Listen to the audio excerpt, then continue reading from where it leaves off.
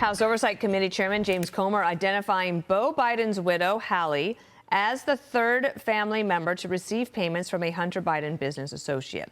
Today's New York Post summing it up with the headline, Biden Family Values, with a money sign on the S. Let's bring in constitutional law attorney and Fox News contributor Jonathan Turley. Great to have you here. Just a little bit from James Comer. He was on with Sean Hannity last night.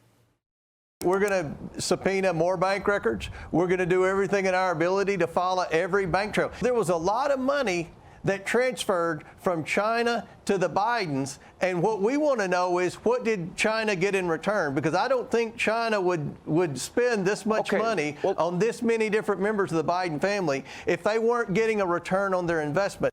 Jonathan Turley, is that a fair assessment? I think it is fair. You know, many of us have called for an investigation into this for years, but it's really hit this wall with the democratically controlled houses. The Democrats have opposed any congressional investigation of influence peddling. Now, influence peddling is the favorite form of corruption in Washington, D.C. It's a virtual cottage industry. But the Biden family is really in a class on its own. I mean, they took this to an extent that even those of us who have criticized influence peddling for decades, we've never seen anything like what appears to be the case with the Bidens. We're talking about millions of dollars coming from foreign interests, including some with foreign intelligence connections. The media largely shut this down. It's still doing its best not to cover this. You have the media sort of collectively holding its breath, trying to hope that this somehow passes away, but it won't. I mean, the objections from the White House that you're picking on the widow of the president's deceased son is really not going to succeed.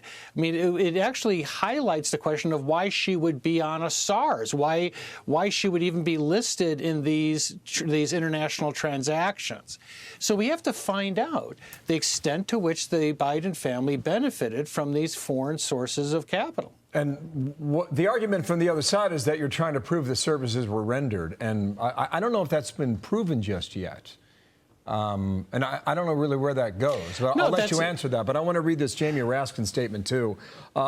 Chairman Comer's memo proved once again that after 4 years of investigations by Senate and House Republicans and Hunter Biden, they have found no connection to the President of the United States or indeed any government official at all. As of today, that statement would appear to be true. Where do you think that goes? Well, that's part and parcel of what we've seen before. First of all, the Republicans haven't controlled these committees and have not controlled their oversight authority, including subpoenas.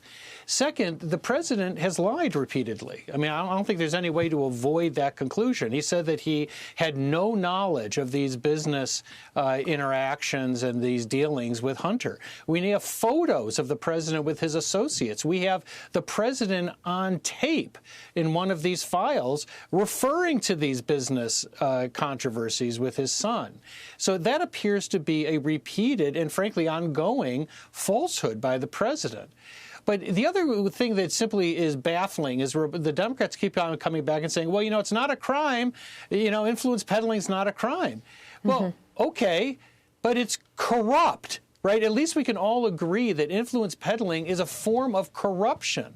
And even if it's not a crime, that means it's even more important for Congress to fully investigate whether the first family was involved in selling influence and access to foreign interests. Now, this is part of it. We have a new Biden being referenced here. But this is just the start. That was just the first SARS that was turned over to the House Oversight Committee.